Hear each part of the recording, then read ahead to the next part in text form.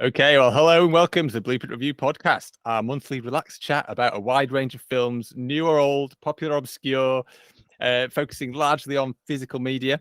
For the bulk of the show, if you've not listened before, we're going to chat. Each of us are going to chat about a film or two that we've recently seen, preferably from our unwatched piles in our collections. But first, let's just introduce ourselves. So I'm David Brook, Blueprint Review's editor. And with me here today is Leon Vegas, a writer for the site who previous listeners will know. But joining us this time around is a newcomer to the Blueprint Review team and to the show, but no stranger to podcasting and the world of physical media, and that is Hugh Kenneth David. So Hugh, could you tell us a bit about yourself, your background in film blogging, collecting and podcasting, Sure. and how you got involved in Blueprint Review? Oh yeah, so well that last one's the easy bit. you were invited on a podcast I just finished working on, which was Debbie Radio, which was a movies by minute podcast by my friend Deb Soligar. He's obsessed with Grosse Pointe Blank. It is his favorite movie of all time, and he spent quite a while last year persuading me to do this podcast with him because I'd pretty much retired from podcasting. It was always going to be temporary, but it's a lot of work. And he said, no, I'll do all the productions. I said, fine. And he found you, David, through the Movies by Minute Facebook group, I think. Yeah. And that's how you and I met. And then when you said you had the website, I had a quick look at it. And I was like, you know what? I haven't written for a while. It'd be nice to write a few things, get them back out again. So over the years, I've written, let's go back to, I left teaching in 2001 for the first time. I'm a teacher again now. I went into the media. I worked in an IT consultancy first. And my first brush with film there, I mean, I've loved film since I was a little kid, right? I think the first thing I saw in the cinema in the 70s, my dad took me to see a reissue of Disney's Robin Hood, and I'd read Watership Down, so I saw that in a cinema. I think it was the Odeon and Putney, I think. Bakshi's Lord of the Rings, and of course Star Wars, blew my mind at 7 years old. So that was kind of where it all starts. So classic kind of geek sort of territory. And over the years, I've read loads of magazines, wanted to write. And somewhere along the line, I think it was, so the IT company I worked for a few years, which is now long since gone, they had the contract for a few years to run the BFI Film Festival's website at the time. So I got to write for London Film Festival, write for a little bit for the BFI, got to go to my first premiere, which was nice, which was K-Pax. Oh, so yeah, and the funny thing was, obviously Ian Softly, the director, is British, so we knew he would definitely be there. So we did the whole red carpet thing, and we all got to watch the film, which was pretty decent. They gave us 3 copies of the books, 3 copies of Sunglasses, which is a fun thing for those who know the film. And then at the end, Softly brought on both Jeff Bridges and Kevin Spacey. They'd both flown over, but they hadn't told anyone about it. It was kept quiet, and they were quite funny. They were kind of, Bridges is everything you think. He's just so cool. The man is just like, he looks so relaxed, even in a tux. It's like the tux doesn't mean anything. He's just Mr. Cool.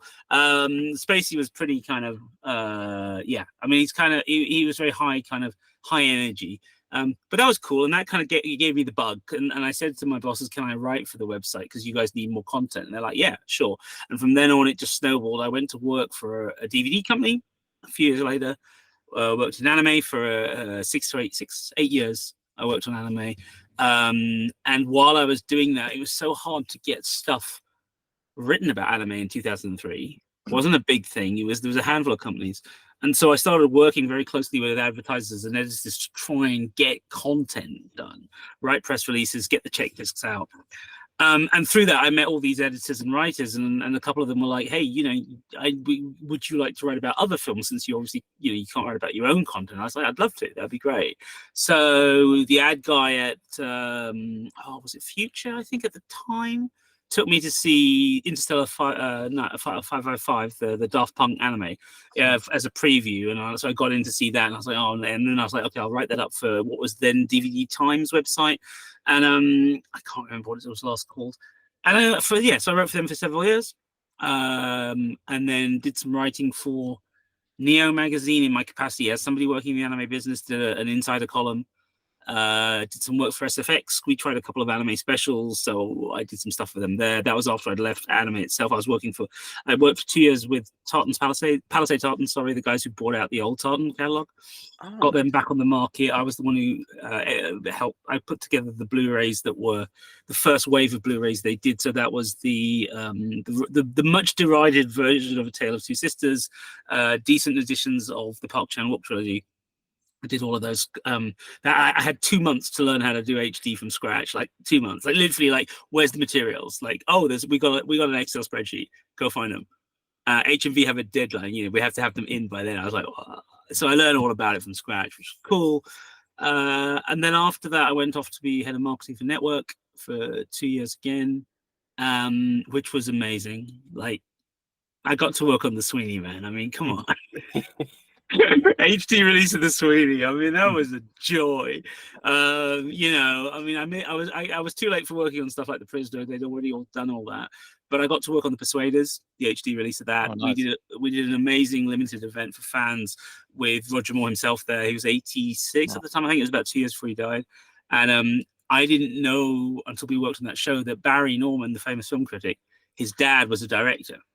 And his dad, he was a film director, and then he became a TV director in the 70s, and he was one of the stable of directors on The Persuaders. So he and Roger knew each other from way back. So we hired Barry to interview Roger. So it was just this insane night where we rented out these Mews that were looked like some sort of thing in the hat in the show. We found the collectors who owned the original cars, got them to bring the cars in, and then we had 200 guests, and it was just insane. Projected the whole thing in 1080p. We did stuff like that. That was fun. And then I left it all. I did through 2 years of trying to run a TV magazine, cult TV magazine online. A little too early for that sort of thing, so it went downhill, and then I went back to teaching. But I've carried on blogging, writing ever since. So sorry. Wow. 10 years compressed. Sorry, a lot. But... An amazing career. That is cool. And I think I can remember on the podcast we realized that maybe not one of the first, but one of the early discs that I reviewed is one of the ones that you worked on. That it was the Thirst, I think, on DVD. Yeah. That I produced that one. Yeah, that was my early days. Yeah, that was crazy. I've got to say, I'm kind of geeking out a little bit here because Old Boy was kind of my introduction to Korean cinema for the most part, and that Blu-ray was one of the first films I ever bought. Wow! So you worked on one of the Blu-rays that kind of inspired me to check out more Asian cinema. Yeah, that is wild. Cool. I'm pleased, man. I mean, this is the thing. I'm I've not been in the business formally since 7-8 years now, but it is the fun thing that this stuff always comes back, right? Like, I'm teaching kids who love anime, and the anime goes through cycles. Basically every couple of years it kind of shifts, and certain things are evergreen. Attack on Titan's evergreen, Tokyo Ghoul's evergreen because it's a boys' school as well, so it's always the horror stuff and the action stuff. But nothing I worked on was ever there for them to see until recently, and then Evangelion was licensed. And that was the big one where when I worked for ADV Films, and I was the main sort of visible person because the boss there didn't want to be seen by everybody in England. She was like, no, you be the front man, you're marketing, you be the front guy. So I went to all the cons, just did all sorts. And that I think, David, isn't that how you and I have that connection to Propeller, isn't it? Oh yeah. I shot some of the introductions in between the episodes. I think actually I did do some of the anime ones, but not. Yeah, I'm pretty sure. Yeah, vaguely, because we did 6 months there of trying to get TV anime network off the ground. So that was so it's kind of cool now because I've got 12-year-olds coming back to me going, "What is this show? It's insane! What do you mean you worked on it?" I just watched this for the first time, I want to say about 2 or 3 months ago, and I'm gonna be honest, I'm not somebody who's huge into anime. It's outside of some Satoshi Kon movies and everything, I really need to dive into films more. Perfect Blue is phenomenal. It's so good. But I'd never seen this, and my friend was raving about it, and I almost as a joke I was I'm never gonna watch it because you like it. I know that feeling. And then I watched it. I was like, you know what? I'm just going to watch it. I'm just going to check it out. And it was around the time where in the States, about 2 months ago, they were doing the revival screenings. It was the first time the end of Eva was ever projected in the States. And I was like, you know what? Everyone's watching it right now. I want to get in on this. So it was on Netflix. Nice. I checked it out. and I was like, okay, this is good. This is really good. This is really good. And I enjoyed the anime like a great deal. I was like, okay, let's see the end of Evil. Let's see if this is really as good as people say. I watched it 3 times that week. And then I bought the £100 Blu-ray because I was like, I need this in my collection. Yeah. It's so good. I mean, my friend Andrew is the head of Anime Limited, who did the Blu-ray set you got there, and he is really funny because over the years we used to joke because he got into anime when he was at university, and he started working for Bees which was a French label, and then they were incorporated into what was the company that took over after them? Anyway, Kaze took over them, and then he went to work for them. But the thing was, he did it while he was at uni. He would do like, I don't know, he was contracted for something like 4 or 6 hours freelance work a day, and instead what he would do is do his university work, then go and do the anime work, and he took it really seriously, right? And somewhere along the line, because we used to joke about like, oh, what's your favorite? What are you going to take? Because I met him when he was just in the anime SOC there, and in the end, he's now become arguably the most powerful person in the British anime business because he founded and runs Scotland Loves Anime, the film festivals up there, which now tour England. He founded Anime Limited, which did the Blu-ray release you saw there, and which has really got itself into, connected to every anime company around the world so they can do co-production deals. He spends most of the year in Japan like a good anime head should. He speaks Japanese as well. He's fluent in it. And I love it. I love watching him pick up these things and go, every once in a while I'll get an email from someone saying, you don't happen to still have something like blah, blah, blah on the hard drive that we can use? And I'll be like, you never believe it. I've got a hard drive here full of stuff. But yeah, no, it's a show that I'm really, really glad Netflix found the money and dealt with all the copyright issues and just got it back out there. Yeah, because it's like it's one of those things that like even I, like as somebody who hadn't really watched much anime, I knew how important and how huge that show was across the world. And like the Netflix one, what was that, like 2015 to 2017, sometime around then when they got the license, I think. So it was just like this like perpetual, like it kind of like grew and grew and grew and almost found like a second life, as it were. Absolutely. And then with the Blu-ray release, because that like I think that's a co-production in the States with Shout Factory. I think G-Kids, they released it over there. And I remember the day it was announced, my friend Brady, the one who absolutely loves Eva, he was just like, oh my God, I need this set. And I was like, that looks cool. But I've not seen the show. I have no interest. And then I'm like, oh, I'm so glad that they kind of did a repress of the limited edition with the original, because I think the limited edition has the original dub and the original sub tracks because Netflix redid the, I think they did a new dub. But the thing is that what they're all missing, the new ones, is as far as I'm aware, is they're all missing the Fly Me to the Moon. Yeah, because apparently that was the sticking point. I always thought it was copyright issues because when ADV went under, it was a mess. And I've now worked for 2-3 companies related to or having gone through bankruptcy. So I'm very aware of what happens to film licenses when that happens. And basically, licenses are supposed to revert back to the original licensor. But there is, in America being America, Texas being Texas, there are ways of going bankrupt which aren't actually going bankrupt. There are 1 or 2 counties where you can file to close down, and it's technically not a bankruptcy, and you can close down a company. And then, in theory, that should allow you to retain some rights. Oh. And so for years, ADV were kind of like, yeah, we've still got Ava. And the Japanese were like, no, we don't want it back. And Hideaki Anno was like, oh, come on. And then, of course, eventually he was just like, right, fine, I'm doing the films kind of thing. So I always assumed it was that. But it turns out, no. It turns out the problem all along was just the money for Fly Me to the Moon. Yeah. And so that's why it's now out there is by not having that. But I still have all 3 DVD versions I worked on, because the only shame I'll say about the lovely Anime Limited set and obviously G-Kids and Shout is all the extras that ADV produced for the Platinum edition, the sort of wealth of commentaries and documentaries, because we went and interviewed like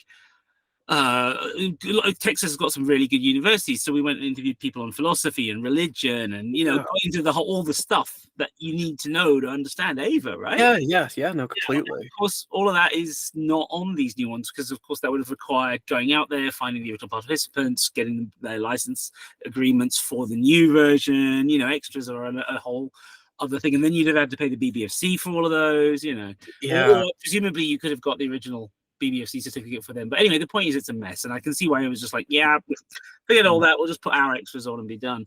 But that Platinum Edition is one of the things I've most enjoyed working on, because I just feel like it was like trying to do a Criterion for anime before there was a Criterion thing. It was like, let's give people the edition of Ava that all bells and whistles, any deleted scenes you can find, any interviews you can, but also let's give them some context. Let's like deep dive and symbolism.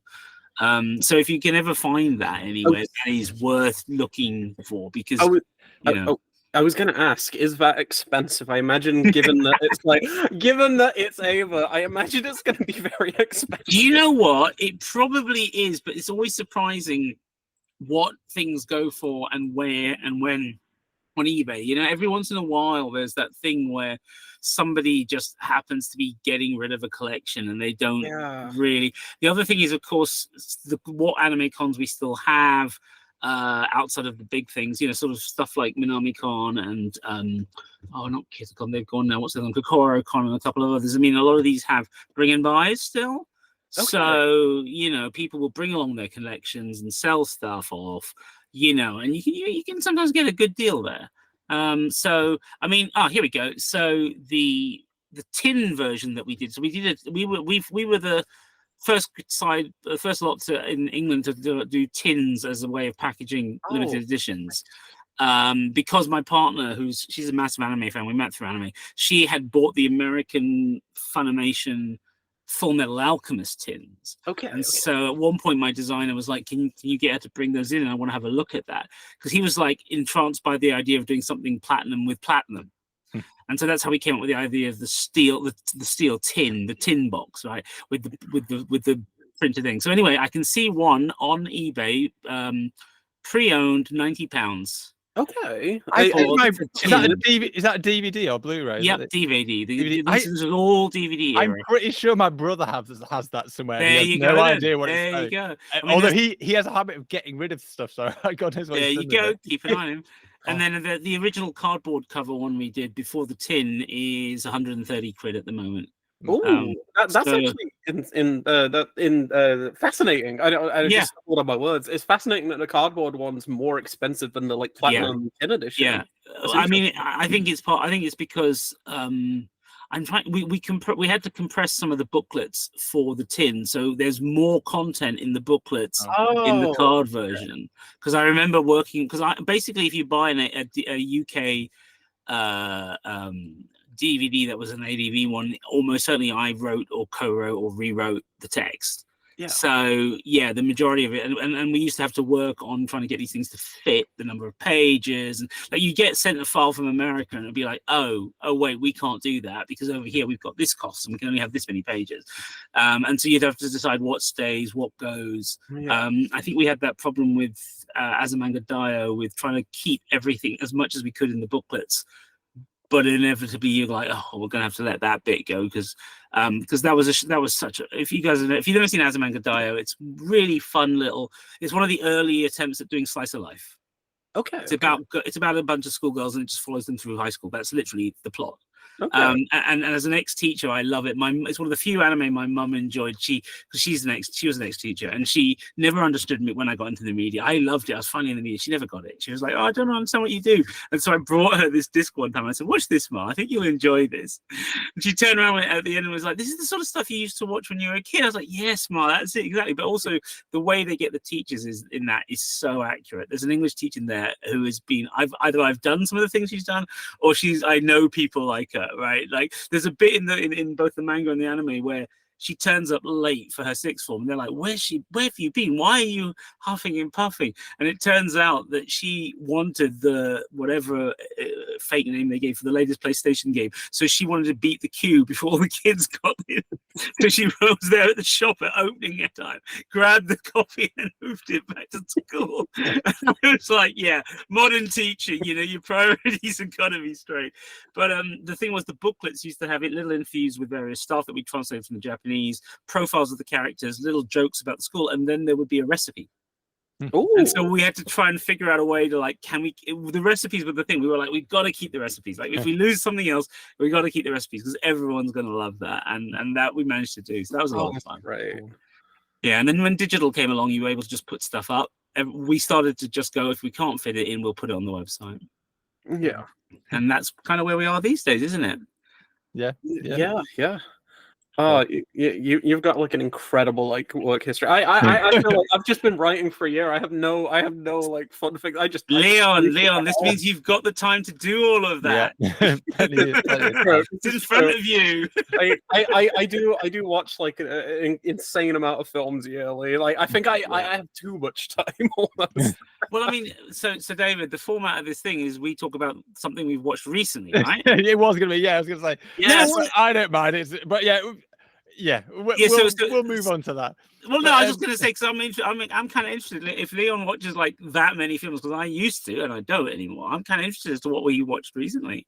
If you watched that many films this year, because it's like we're not even in June, we're not even halfway through the year. I can just to be super quick. I've actually so I use I don't know if you use Letterboxd or anything, but I have a Letterboxd account, and on the Letterboxd account I have a series of lists that I'm gonna quickly try and find now. Although I have like hundreds of lists on Letterboxd, where throughout this year I've decided every single month I'm going to do a top 10 favorite first time watches. So if you want, I can give you. I can give you a couple of like my favorites of the year so far. Like not all like how many would that be? Like 50 or something.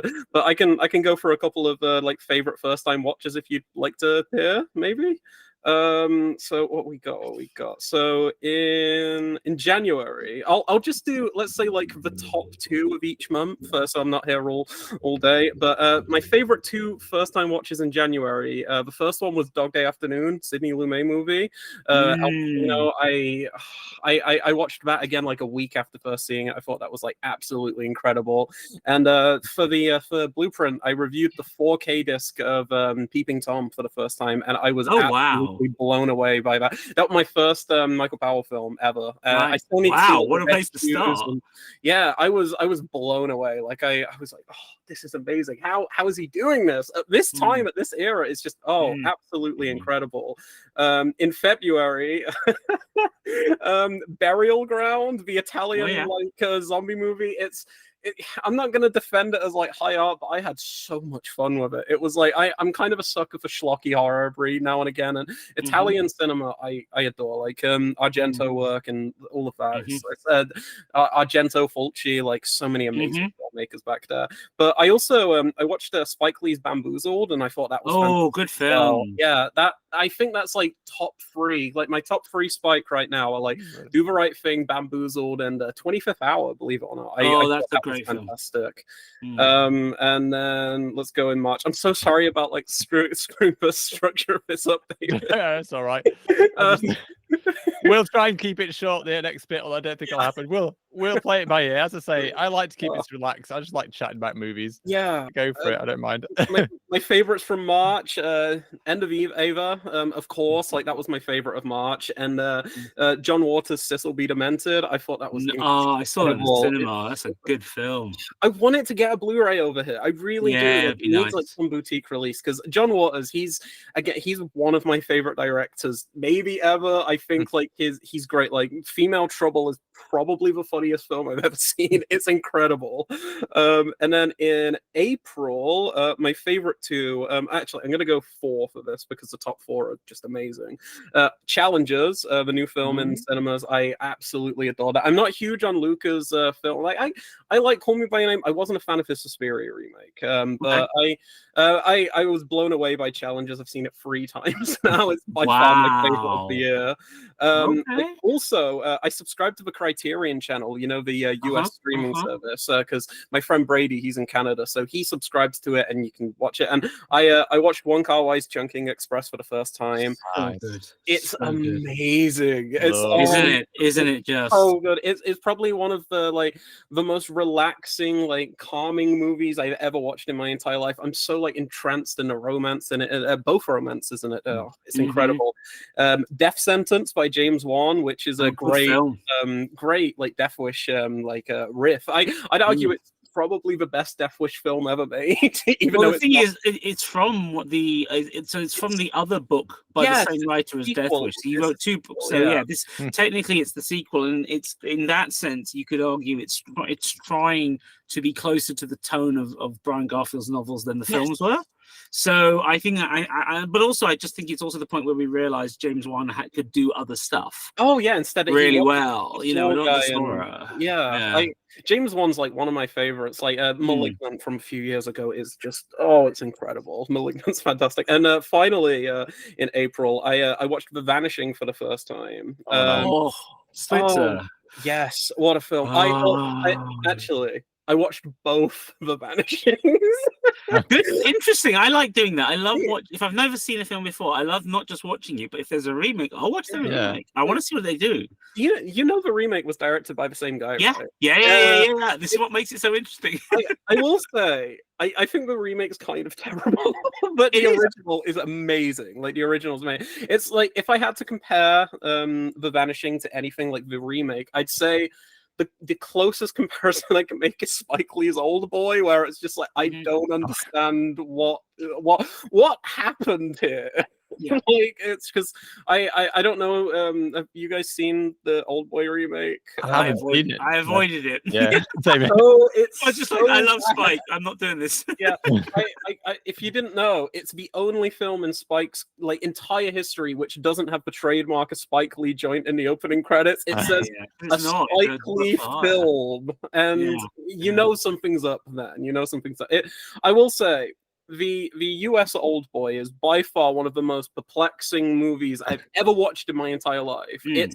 It's kind of maybe one of the worst films ever, but it's also one of the most fascinating. Just purely on this is how you can kind of completely misread an original source material and try to adapt it and modernize it for American or English speaking audiences, when the original film is arguably one of the most accessible foreign language movies of all time. It's so accessible.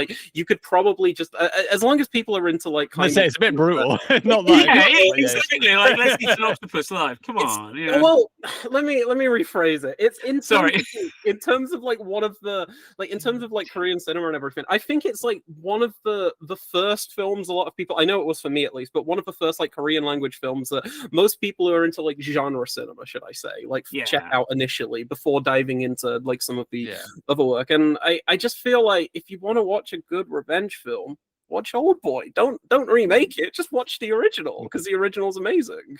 I mean, the whole business of remakes in Hollywood and film that is not in English. I think at this point, it just so many of the arguments and the issues are kind of dead, because you get a streaming company like Netflix or Amazon who have the money and the reach to distribute a film internationally, so they make sure that they make these things that are for another territory, and they don't care whether it sells in America or not anymore, right? It's let's make a Spanish series, and if it does well everywhere else, great, but who cares? We'll get the dubs done in time, we'll get the subs done in time, everyone can watch it anywhere in the world the moment we go live, and we've now got companies all over the world, so we can make stuff for them, and then if we want to move it back, we can, which HBO tried to do with HBO Asia and stuff, which never really took off, and HBO, they had a couple of Latin American bits that eventually became HBO Latin America, and I think now you can find some of the original stuff they did in America on the HBO Go app, but we still don't have it over here. It's Pablo Loren did a crime TV show for them in the early days, trying to put HBO Latin America on the map, and it's really good. He did it in between. He did it before he went and shot No and Jack. And it's a cracking little crime film, but hey, this is the thing. There's all these things that go missing in action, and but remaking is an odd thing. I mean, you know, the Americans remake all these Israeli TV shows. And it's like the Israeli shows are better. Just watch it. Watch it in Hebrew, man. And the thing these days, I think people are way more comfortable than they used to do with watching subtitles. A lot of people nowadays watch English stuff with subtitles, so it's not much different. So I think there really is little point anymore of doing these remakes. Hopefully they'll become less popular because of that. But I mean, it is a weird thing. I mean, when I was, God, when was it? 2004, 2005? I can't remember. Whenever the British government decided that it was no longer mandatory to take any GCSE modern foreign language, like you could do it, but you didn't have to do it. One of our business development manager at ADV, she was double doctorate in media, and she was also German. She'd worked at various manga companies. She's worked at in both Hong Kong and America, and she did a quick back of the envelope calculation, and she said, I estimate that if we assume that this many children don't take a language, then when they get to university, which is also a big place for foreign cinema and discovery of foreign cinema, not least because if you're taking languages at university, lecturers show you stuff, you know, as well as like the local cinemas and things. And that's a huge thing, or at least it used to be in England, a huge place for people getting into foreign cinema. And we were like, and she was like, you know what? If they're not there to do that, we're going to lose, you know, between 25 and 50% of our market. And when that time sort of finally came, where was I? I was at Network by then, and we were doing all these small foreign films, and the numbers were so low on DVDs. And I said when my boss asked me what's happened to the market, I was like, well, you know, who wants to see these things if they're not already into it? You know, you were always going to get the best results of putting a French film at the Institut Français. You know, you're always going to get the best results putting stuff in Curzon, right? You know, that was always where you had to go. And it was only when Netflix hit and streaming hit that the game changed. And now, like, people I would never have thought of as being people watching subtitle film are asking me about Squid Game and saying, have you seen that? And, you know, have you watched Casa de Papel and all these things, you know? And it's like, wow, okay, guys, you know. So I think, I think Netflix has changed the game. I really do. Yeah, no, completely. And I just, again, like another key one for me, I know this is like, it was such a huge film in general, but like Parasite was like such a, like, I think that was kind of one of the monumental shifts as well, because that film made so much money, it won the Oscar, like you said, had such a wide release everywhere. There was like, Curzon did a release, like Criterion did a release, it got a 4K from Universal in the States. It's like, it was such a huge film. And I think that, again, in the past few years has kind of like shifted gears where people are like, yeah, no, I'm more interested in checking out like foreign language film that isn't in like English and stuff. And I don't know, I think it's been great. Like my sister's like 18 now. When did Parasite come out? Like 2019, 2020 or something like that. Something like that. So she was like 14, 15 and she watched Parasite. And it was like that's wild to me. It's wild to think about now, because before then she wasn't watching like foreign language stuff. But now she loves anime and stuff. She loves getting into like foreign language stuff. So I think the culture is just shifting more and more in a way where, again, foreign language stuff is just more mainstream and more accessible than ever, which is amazing. But again, we don't really need remakes. Like as soon as Parasite won the Oscar, they were like, yeah, we're gonna do a HBO remake series. And I'm like, why? What's the point? What is the point? I mean, I don't know. I suspect these days it's probably just, we can't think of anything ourselves. Give us a story, basically. I mean, you get exceptions to the rule. I mean, I'm fascinated at the way Netflix keep throwing money at the idea of live action English language anime. They just keep trying, and they're like, we're not going to stop. This one worked, great. This one didn't work. Okay, we'll try another one. And it's like, at some point, surely there's got to be a point where someone goes, should we be spending this much money? Can we just like do the ones we think work in live action? You know, like there's some obvious ones. Like Monster is the one that would work brilliantly in live action, because it's probably partway between Fugitive and Incredible Hulk, those kind of shows of the guy on the run, and every week he does something different. But also because it's set in Europe, you know, a Japanese doctor in Europe, in Germany, do you know what I mean? It's so easy to make that idea work. And I'm like, nobody has done it. I'm like, how do we just sit on that one? They'll do they'll do Last Airbender though, or Maybe. something like that. They'll do Last Airbender, or they'll do like Death Note. I almost said Death like Note, but I really, was do we like, need another version of Oh, Death there are Note in live. any They're language? already live, yeah. God, I'm so fed up with Death Note versions. Like, just give it a rest.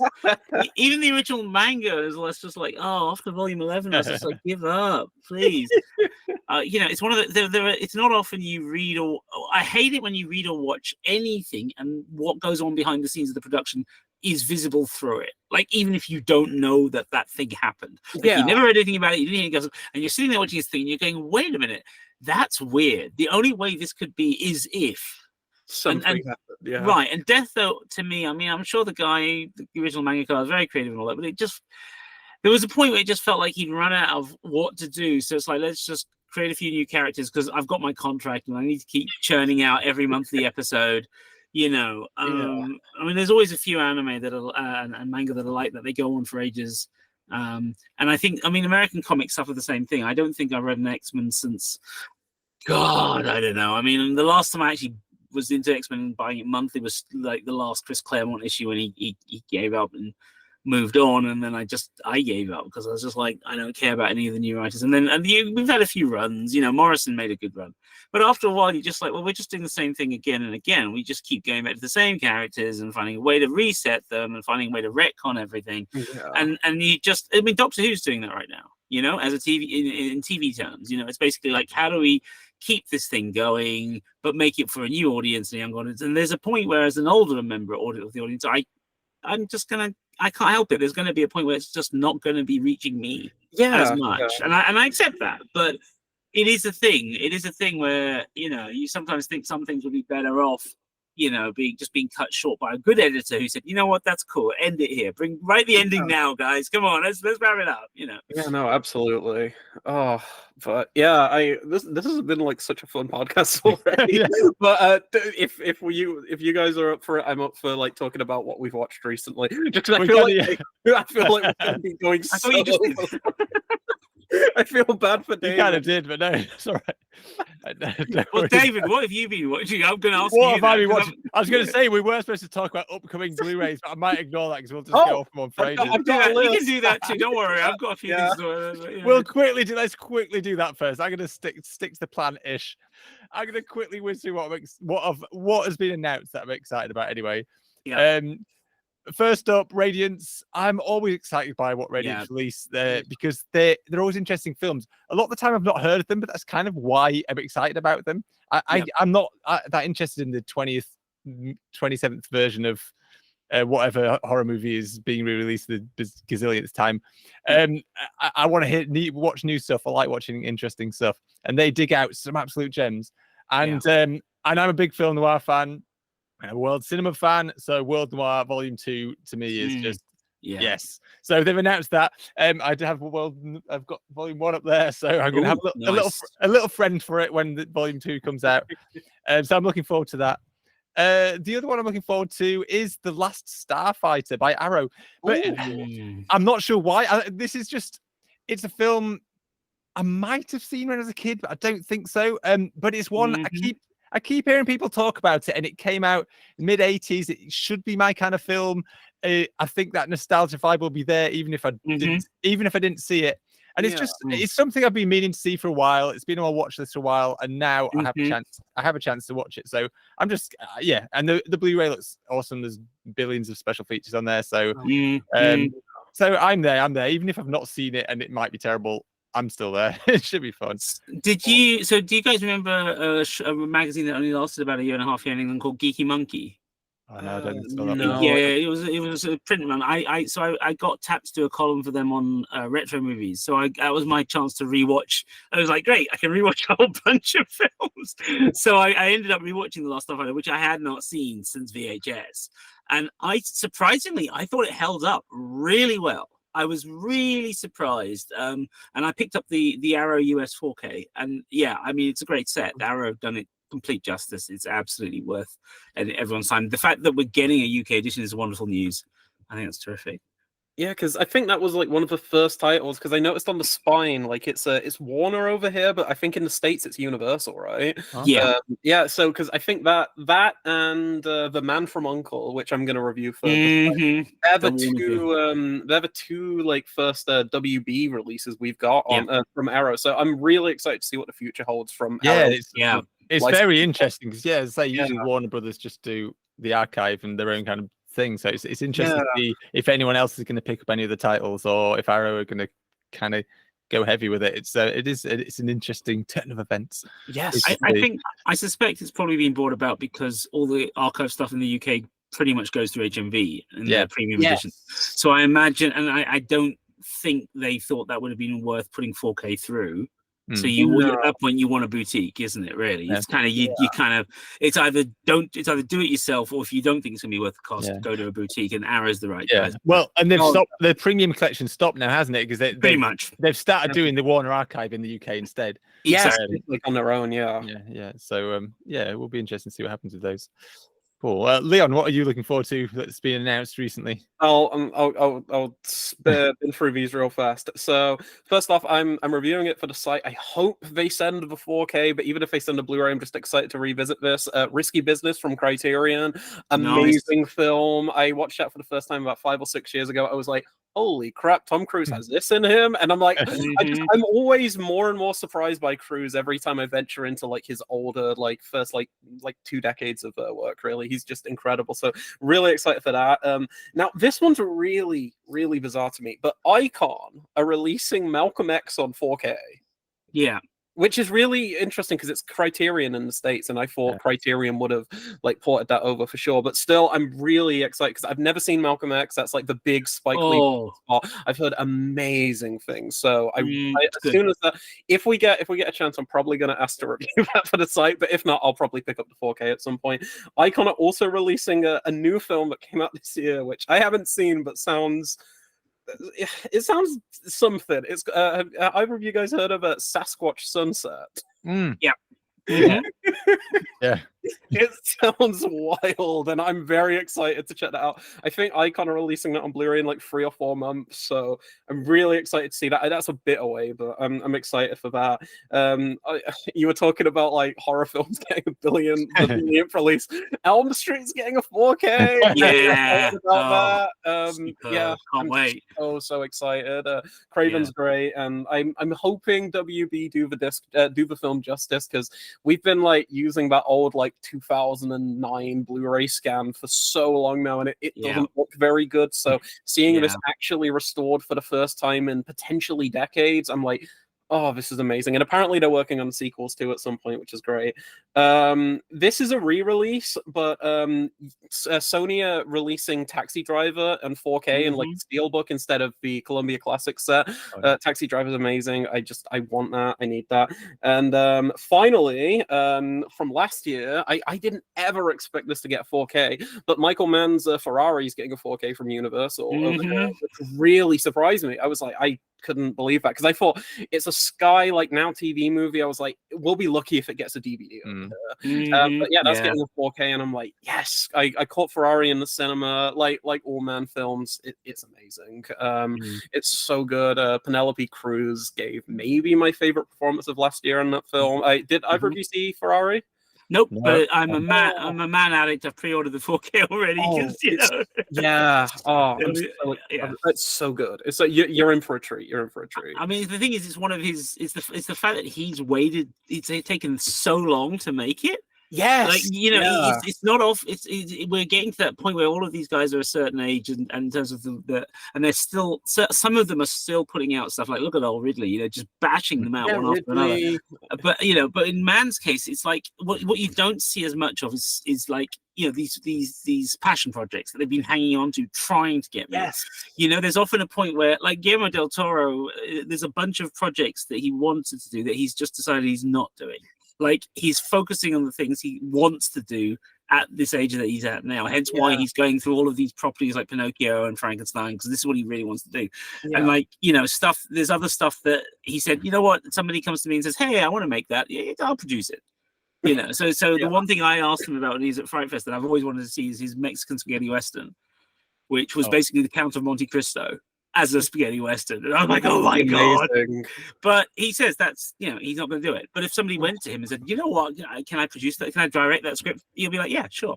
And I think that's actually kind of the cool side of it, is seeing these older guys go, okay, here's where I'm going to stay focused. These are my passion projects. What I really want. So man, finally making. I mean, Troy Kennedy Martin, one of the Britain's best TV writers, and the Edge of Darkness and Sweeney and all that stuff. And it's like, the fact that there was an unmade script of his just sitting around boggles my mind. Like, how did this not get made years ago? So I'm so glad it's there, and I'm glad it's coming to 4K. So that's terrific. It's going to be amazing. And I'll say super quick, I don't want to derail the conversation anymore. I'm so sorry. In terms of passion projects, Megalopolis. Oh, I'm so excited. I've heard mixed things, which has me even more excited. Yeah. To be honest. Like, hearing it divides people, I'm probably going to like this even more. I think pretty much all of Coppola's kind of post Godfather films, almost all of them are divisive. So it's going to be worth watching, even if it's a bit of a failure. Yeah, it's still going to be worth watching.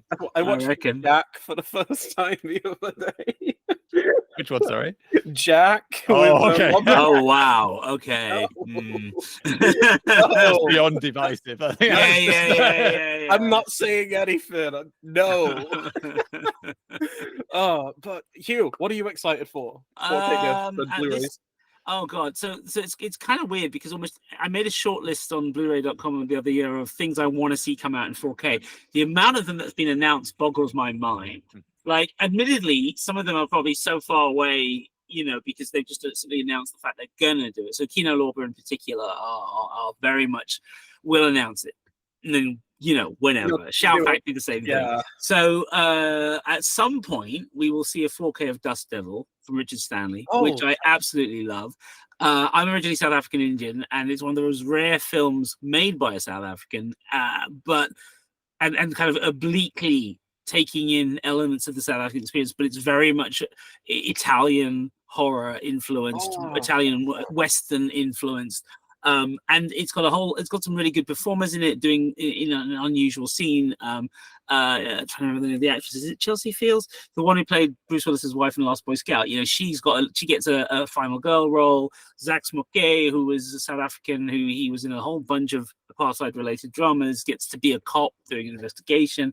It's a really unusual movie, and I think there's 3 cuts of it. Yeah, it's super stylish as well. I was lucky to catch this at the cinema at a film festival. Oh wow! A proper print of it, and it's a beautiful looking film. So no, definitely one to upgrade to 4K. I need to see more Stanley. Like I've only there's not a lot, so it's not hard. I mean the two big ones are Dust Devil and Hardware. I think Hardware had a really good both UK and US Blu-ray releases. The Blu-rays were very good. So again, that's rumored to get a 4K at some point. So but the Blu-ray was excellent. So that's one. I think sadly, I think a lot of the stuff I'm interested in is probably American release. I think because they, as I said, they tend to announce stuff quite early.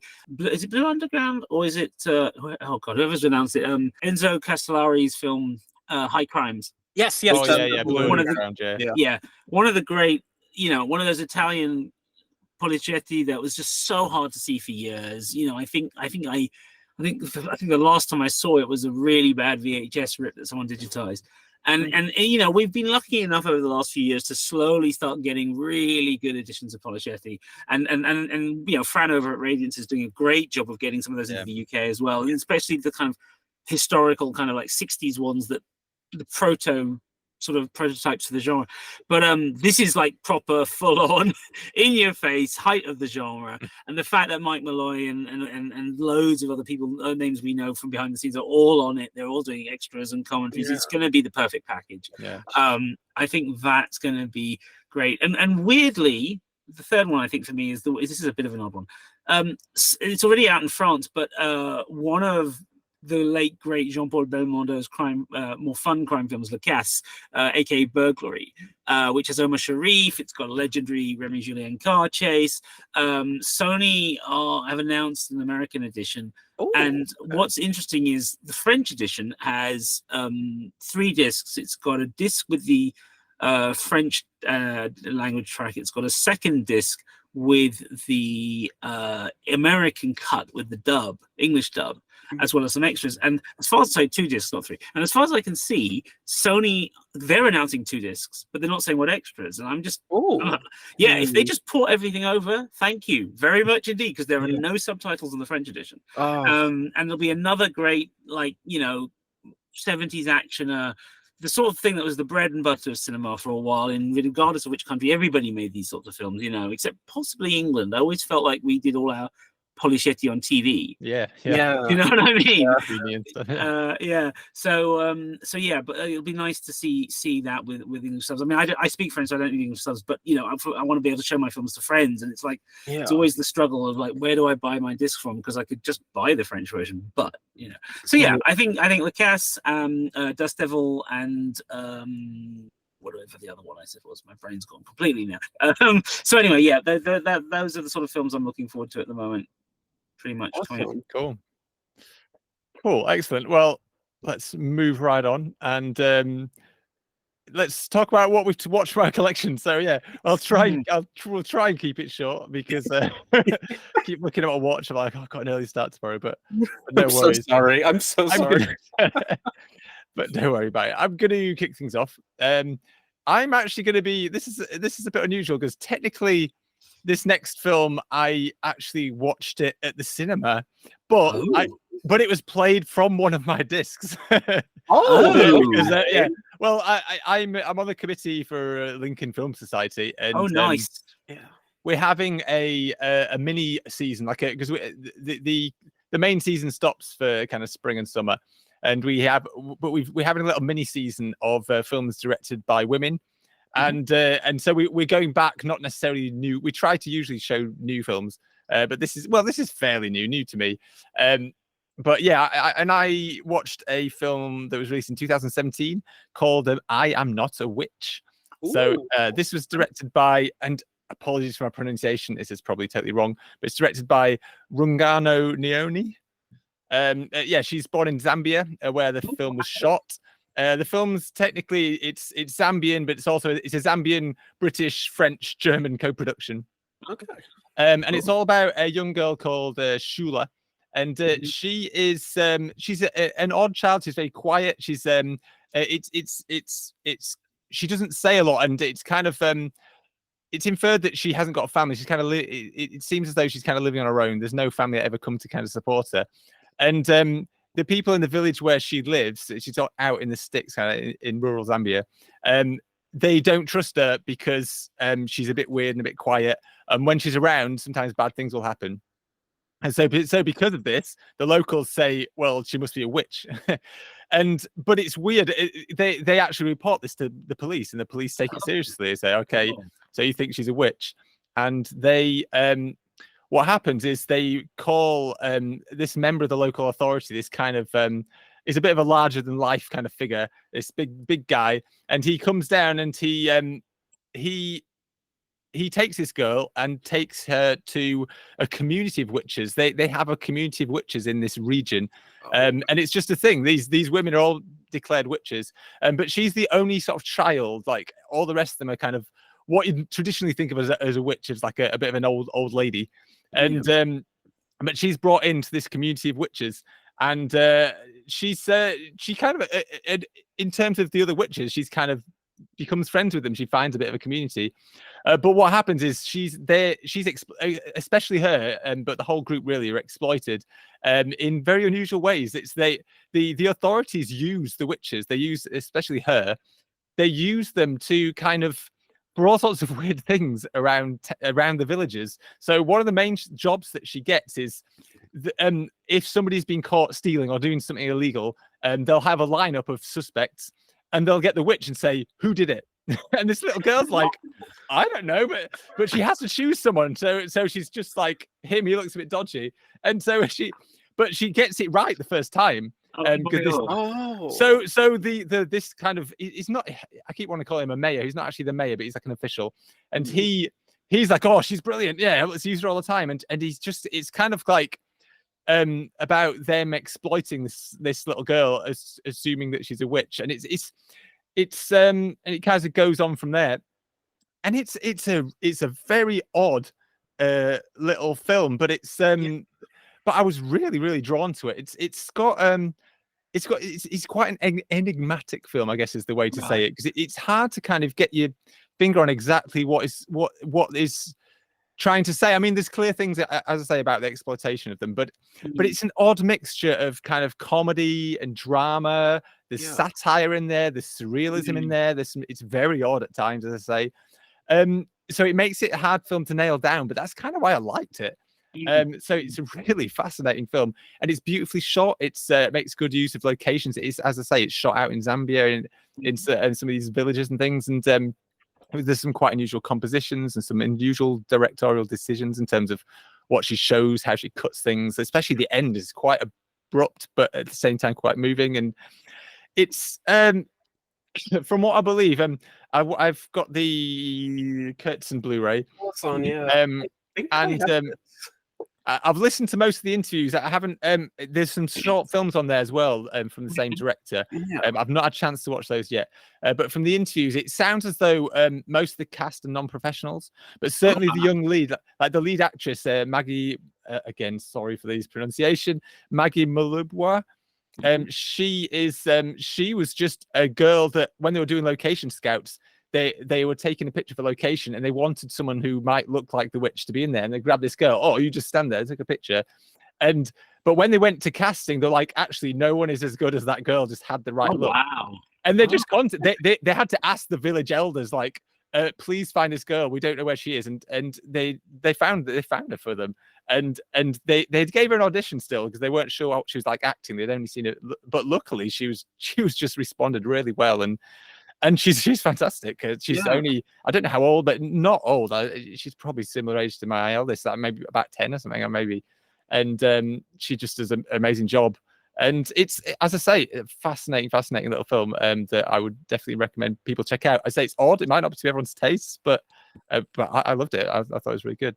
I think I have the Blu-ray. I'm looking. Oh, nice! Yeah, you got yes, I do. I have the Blu-ray. I was looking for it because as soon as you mentioned this, I was like, "Do I have that?" Because I think I picked it up. Like it was cheap on Amazon one day. And I was like, "Oh, because on Blu-ray, it was like £3." I want to check this out now. The interviews on there are long as well. It's like it's like an hour and a quarter's worth of interviews, almost a feature-length set of interviews. And what's interesting, they're quite not totally unedited, but they're not kind of blended together. It's not like a documentary. It's just we're going to speak to someone for 10 minutes, someone else 10 minutes, like that. But not necessarily in a bad way. I kind of like it. It's just you get your full story from these people. But also, what's interesting is the people they choose to interview. It's not. Weirdly, although disappointingly, they don't actually speak to the director, but they speak to like the location. What's the name? The kind of they actually no, they speak to production designer. They speak to some of the kind of supporting actors. They even speak to like a production assistant who did a lot of the translating and stuff. But they all have really interesting stories. I find this quite often in special features. Sometimes it's the lesser people who have the more interesting stories. Like, I've got to mention this actually. One of the best interviews I've seen recently. I mean, this is a bit of a cheat because he's very famous for other things. But one of the best interviews I've seen recently on a Blu-ray was on Alligator. I was hoping you'd say this. Yes, the interview with Bryan Cranston, because Bryan Cranston was just like a runner on Alligator, pretty much.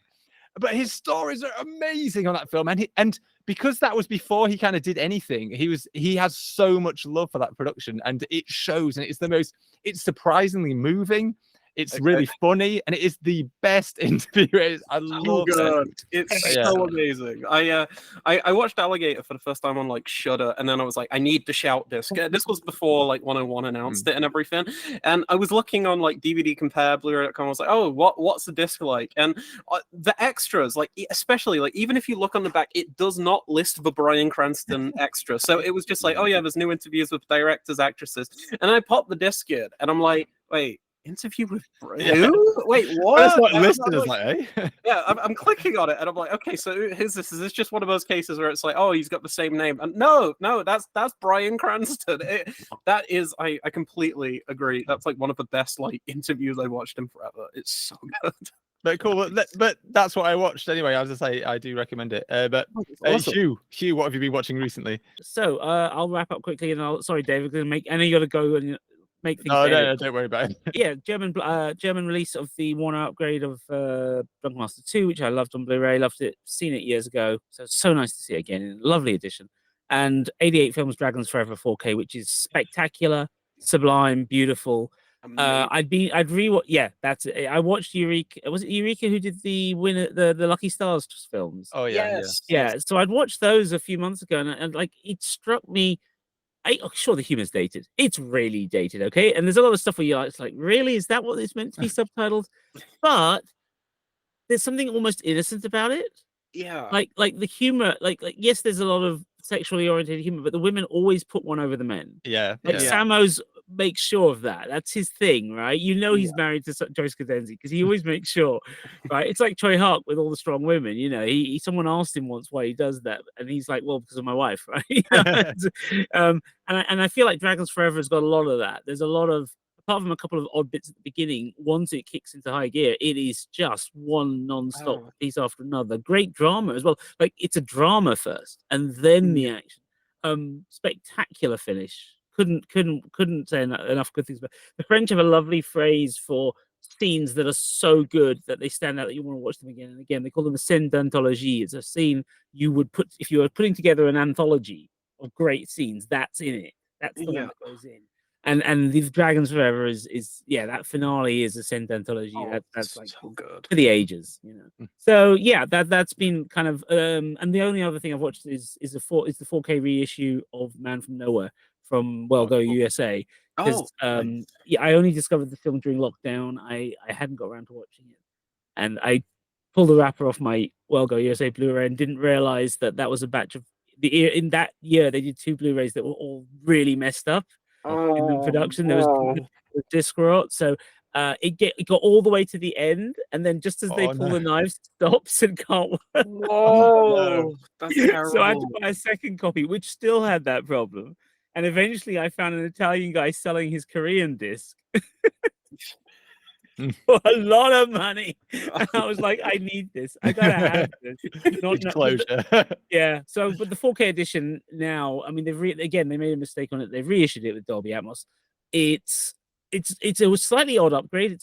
It's a little slick and digital in places, but there's some amazing highlights in the HDR pass, and the blacks are incredible, and that film has amazing shadows.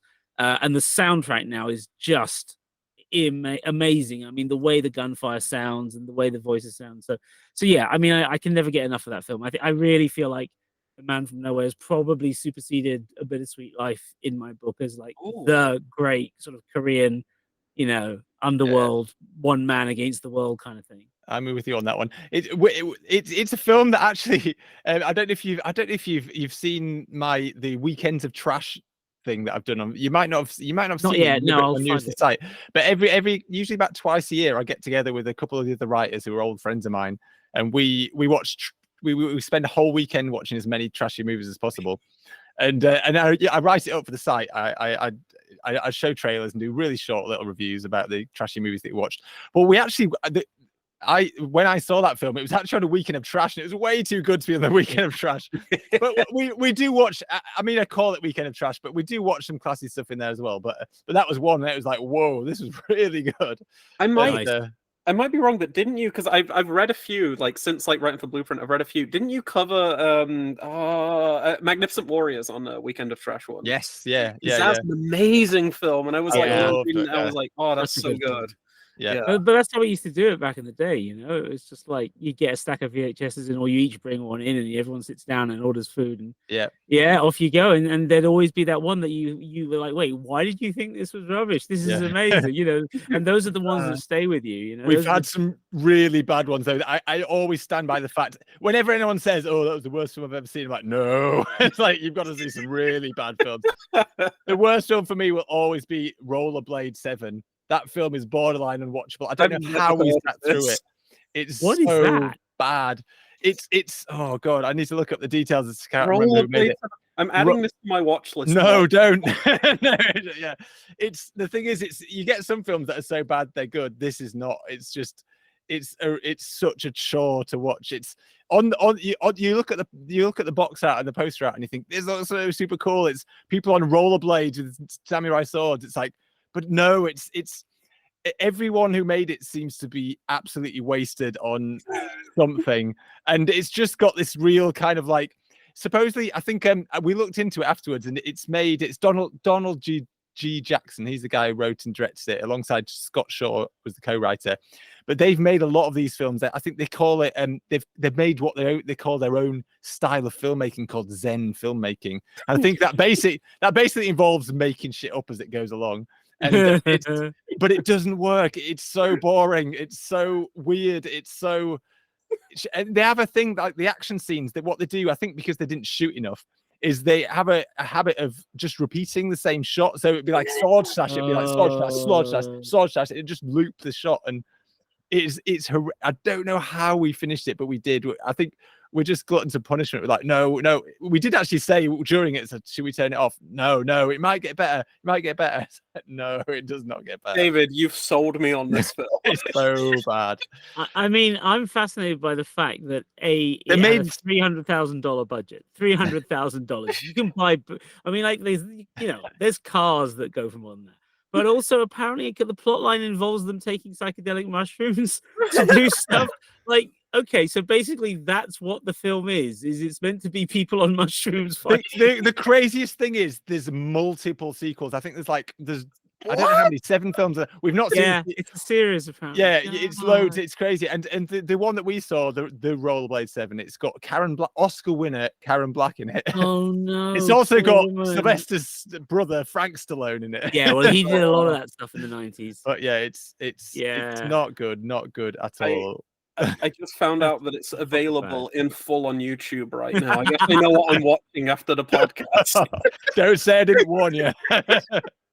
Well, this is the thing, David. I mean, this is Mark Kermode's refrain for years, isn't it? If you think a film is bad and it's been released by an American studio, you just haven't seen bad. No, you really haven't. Seen Yeah. it. And all of us who spent our formative years, trudging through cable channels and VHS and DVD bargain bins, you know what I mean?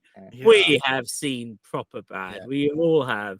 And yet the only film that has really offended me in all this stuff, well, not offended me, but made me walk over to the cinema, was not even that bad. But it was the Guy Pearce version of The Time Machine. I just found it just incredibly dull and boring in the first 20 minutes. With my friend who I went to see it with, he and I just looked at each other. We said, "Do we want to stick around for this? Nah, we're just leaving." We know this film could have been so much better, and so we walked out. But I've never walked out of a film otherwise. I've seen some terrible films, but I've never walked out of them except that one. Because you got to give it a chance, right? You never know. Yeah. Something might happen 5 minutes before the end, and you go, "Oh, never know." Actually, yeah, that reminds me. Sorry, I'm getting off on tangents now. That's like another film we watched on the video weekend. Oh, I've got to try and remember what it was called now, though. No, Star Crystal, I think it's called. Star Crystal. Let's have a look. Yes, Star Crystal, and it was awful. But it wasn't as bad as Rollerblade 7. But we're watching this film. It's just a really bad, very cheap Alien ripoff. And we're just kind of trudging through it like, oh, yeah, come on, is it almost finished? But then, this is totally spoiling the film, but who cares? But then the last, 5 minutes, it suddenly changes from an Alien ripoff to an E.T. ripoff. oh And it's my God." They've spent this whole film getting chased down by this murderous little monster, and suddenly they corner it, they're about to kill it. It's like, no, don't kill me, I'm your friend. And it's like, you realize this alien is he's super nice. And they're like, oh no, oh dear, sorry. And they're all nice to him and send him off at home. And it ends with this ballad like, Star Crystal of a Star. What the hell? It turned what is one of the worst films I've seen to one of the best films I've seen. It just So that was New World Pictures. Yeah. 1986, New World Pictures. So you know what happened there, don't you? Someone was right. They wrote the script, and then ET came out, and they all went, "Oh, quick, change it." But I've never seen such a U-turn in my life. It's bonkers. But yeah, and it's worth watching it just for the theme song is so cheesy. It's just unbelievable. This says it all, right? Released in theaters in America in 1986, but then DVD, Anchor Bay 2003. Blu-ray 2017. Blu-ray. Yes. It's got a Blu-ray. That's amazing. Oh dear. It just says it all about what the boutiques do, right? It's like, yeah, we'll put Star Crystal out because someone wants to see that HD. Clearly not us. we watched it on VHS. We did. Yeah, that's how it should be. That's how it should be. Yeah, no, I think I watched. Oh, where did I see it recently? I finally saw I haven't seen the 4K, but I saw the Blu-ray version of Leviathan, and I'd seen it donkeys years ago on VHS, and it's really weird because when you see a nice version of it, you're like, well, they really spent some money on bits of this film. It looks really nice. Why is it so dull in places? You know, you kind of really highlight what works and what doesn't. Whereas on VHS, you kind of just went, it's all right. You know, you never kind of, there's a lot that low resolution hides. You know. Yeah. So yeah. Good stuff, man. Trash nights, like it. I'm losing track of what we're talking about now. But Leon, have you? We've done the collection. Yes. I've got one film. I'll be super quick because I feel like I've been speaking forever. So in less than a week, in like 5 days from now, one of my initially I wasn't even anticipating this film very much, but English. Let me start again. We had a new cinema that opened in over here in lovely Blackpool because we lost our Odeon, so we didn't have like a cinema for a while. New cinemas opened, and they're doing a mixture of new releases and some like retro screenings. And one of the most anticipated films of this, we can't even call it the summer season yet, like the spring season, is George Miller's latest, Furiosa. I'm very, very excited to check Furiosa out. But I had never seen, outside of the first Mad Max, I had never seen any of the films. And they did a retro screening of Fury Road, watched it, absolutely loved it. For my first viewing of Fury Road was in the cinema, so I was like, yes, this was about, I don't know, 3 or 4 weeks ago. So I was like, this is amazing. Let's check some others out. I have the anthology box set, and along with my friend Brady over in Canada, we synced our screenings up and we watched The Road Warrior for the first time.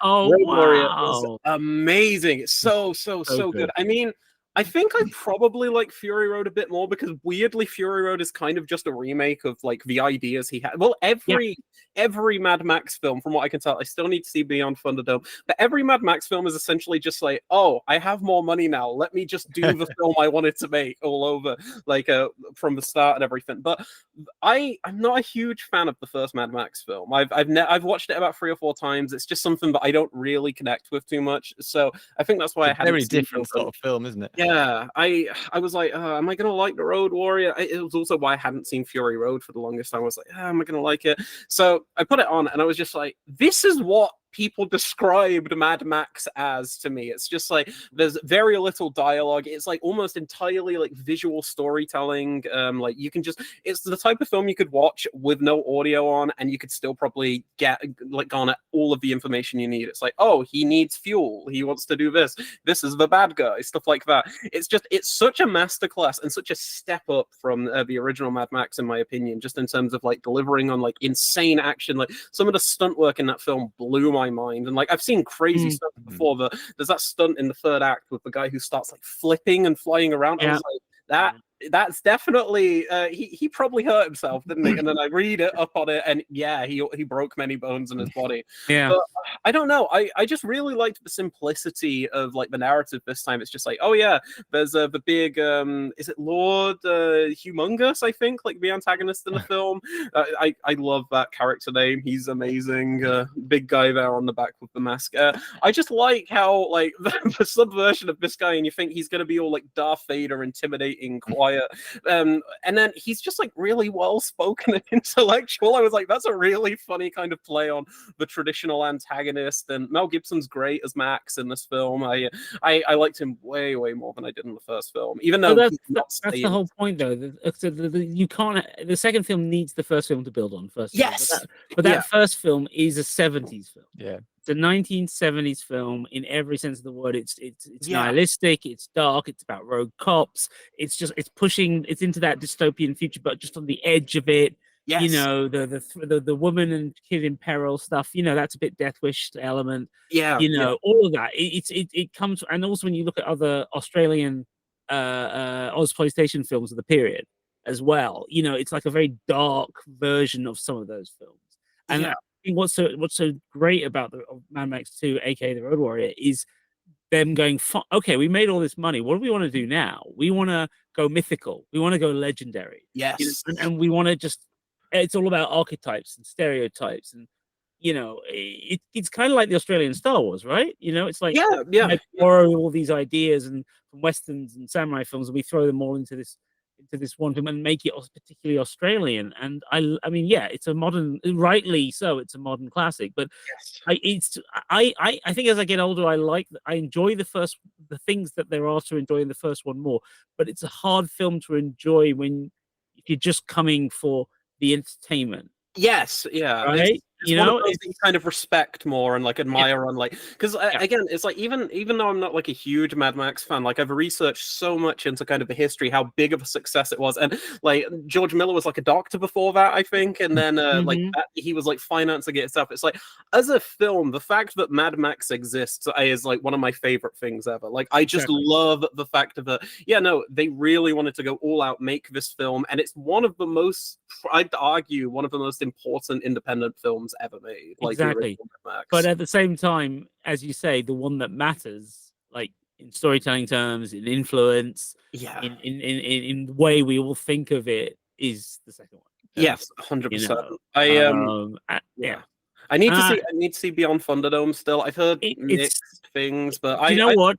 I think you'll be the right person to appreciate it because you've done the research and you're also aware that every one of the films is its own film. Yes. None of them are really connected. The first three Gibson kind of connects the first three, but ultimately there's stuff that, I mean, what I love about Miller is ultimately most of the stuff that we would like, people who are worried about continuity or canon, you know, he throws all that out the window. It just doesn't matter. He's got a story to tell and he wants to tell it this way. And much as I think I understand why people are disappointed in parts of the third one, there's some really strong bits to it. Yeah. Well, I mean, the kind of the vision of society, the Thunderdome element, and yeah, I get that most of the audience were not there for the kind of what they used to refer to as the Lord of the Flies stuff. But again, Australia has this tradition, you know, a picnic at Hanging Rock, and you know, oh god, what you call it, the one with Jenny Agutter, Walkabout. Right, it's got this tradition of putting kids in peril and kids in the outback, and it's kind of like fairy tale quality. And he's deliberately going, yeah, I'm going to pull that in. I'm going to make that part of this future because I want to tell that story.